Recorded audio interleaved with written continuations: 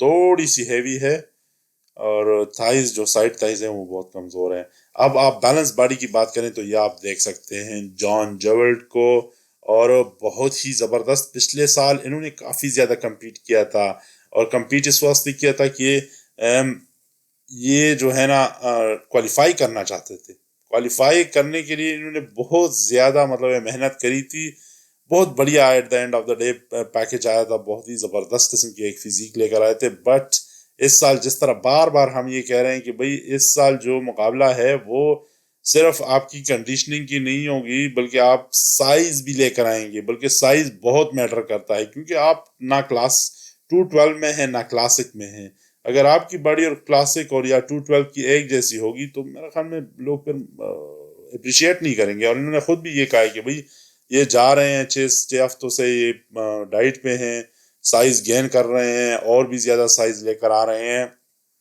تو اب دیکھنا پڑے گا کہ at the end of the مطلب ہے کہ سیزن مسٹر اولمپیا کا جب آتا ہے تو یہ کہاں پر فنش کرتے ہیں, کتنا سائز یہ گین کرتے ہیں. تھائز ان کی بہت ہی بڑھیا ہے, بہت ہی زیادہ سائز انہوں نے تھائز پہ گین کیا ہوا ہے. بیک پہ سائز بہت زیادہ ہے, سیپریشن اتنی نہیں ہے. میرے خیال میں بیک میں ان کی تھوڑی سی اور بھی زیادہ ان کو سائز چاہیے ہوگا.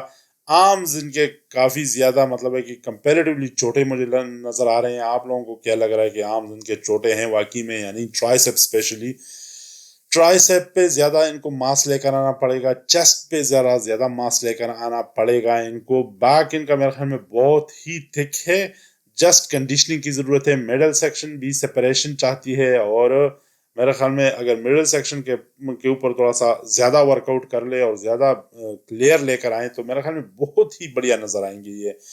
ان کی ویسی مجھے ایک بات اچھی لگتی ہے, محنت کرتے رہتے ہیں. اور اگر ان کا آپ پورا ایک وہ جو اسٹرگل ہے وہ دیکھیں نا تو آپ کو لگتا ہے کہ ہر سال اور ہر دفعہ یہ امپروو کر کے آ رہے ہیں.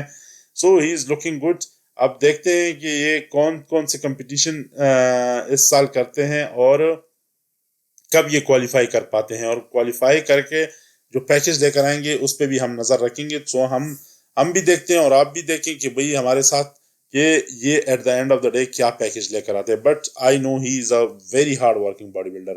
حسن مصطفیٰ کی بات کریں گے اب ہم. حسن مصطفیٰ اکیلے جو ہے نا وہ بہت ہی بڑھیا نظر آتے ہیں. جس طرح انہوں نے ابھی یہ اپڈیٹ دی ہوئی ہے, بہت بڑھیا آرمز ہے, ہیوی ہے, تھک ہے. وہ جو ٹپیکل اس سال باڈی بلڈرز موسٹلی کوشش کر رہے ہیں, یہ پچھلے کئی سالوں سے یہ تھکنس ان کے پاس ہے, مسل ماس ہے ان کے پاس. بٹ مسئلہ ان کا ہے کہ بھئی یہ جب مقابلے کا ٹائم آ جاتا ہے نا, پتہ نہیں اس کو کیا ہو جاتا ہے, ایک دم سب کچھ غائب ہو جاتا ہے. دوسرے باڈی بلڈر کے مقابلے میں بالکل لگتا بھی نہیں ہے کہ بھئی یہ وہی حسن مصطفیٰ ہے جو اتنا بڑھیا سائز لے کر آیا تھا, اتنا خوبصورت لگ رہا تھا. مطلب وہ فیکٹر بھی غائب ہو جاتا ہے. بہت ہی زیادہ خوبصورت فزیک ہے ان کا, مجھے پرسنلی بہت زیادہ پسند ہے. اور بار بار میں تو اپنی ویڈیوز میری اگر آپ چیک کر لیں تو میں تو ان کو کافی زیادہ اپریشیٹ کرتا ہوں, بلکہ سوچتا ہر دفعہ یہی سوچتا ہوں کہ یہ مقابلہ میں جائے گا اور جیت کے آئے گا. بٹ کبھی بھی یہ نہیں ہوتا, بہت زیادہ ڈسپوائنٹ کرتا رہتا ہے. But we are keeping an eye on him. آپ ان کا اگر دیکھیں ابھی سے ہی ان کا جسم بہت ہی بڑھیا بنا ہوا ہے. سپریشن آپ چیک کر لیں, سائز چیک کر لیں, بہت ہی مجھے زبردست نظر آ رہے ہیں. آپ لوگوں کو کیا لگتا ہے کہ اور سائز ان کو ضرورت ہے؟ میرے خیال میں سائز تو ڈیفینیٹلی ان کو ضرورت ہے اگر یہ کلاسک میں کمپیٹ کرنا چاہتا ہے. تائز پہ میرے خیال میں ان کو زیادہ ورک آؤٹ کر لینی چاہیے. بیک اس طرح کی تھکنس نہیں ہے. آرمز اور شولڈرز تو ان کے بہت ہی بڑھیا ہے, چیسٹ بھی بہت زبردست ہے, مڈل سیکشن بھی بہت اچھا ہے. بٹ یہی ہے کہ at the end of the day جب یہ مقابلے میں جاتے ہیں تب یہ ان کو بالکل پتہ نہیں کیا ہو جاتا ہے, عجیب سا ایک پیکج لے کر آتے ہیں اسٹیج پر, اور صاف پتہ لگتا ہے کہ بھئی یہ پتہ نہیں کہیں پر ان سے کوئی غلطی ہوئی ہے. سو اب دیکھنا پڑے گا کہ یہ اس سال کہاں پر کمپیٹ کرتے ہیں اور کون سے مقابلے میں یہ ہم اپیئر ہوتے ہوئے نظر آ رہے ہیں, اور اس دفعہ کیا چینج لے کر آتے ہیں. مطلب ہے اسی طرح مطلب ہے کہ مقابلے سے کئی ہفتے پہلے آپ کو لگ رہا ہوتا ہے کہ بھئی یہ جیتنے والا ہے, اور پھر آل آف اے سڈن یہ اس طرح پگھل جاتا ہے کہ بندہ لگتا ہی نہیں ہے کہ یہ مقابلے کے لیے آیا ہوا ہے یا اسی دن اس کا مقابلہ ہونے والا ہے.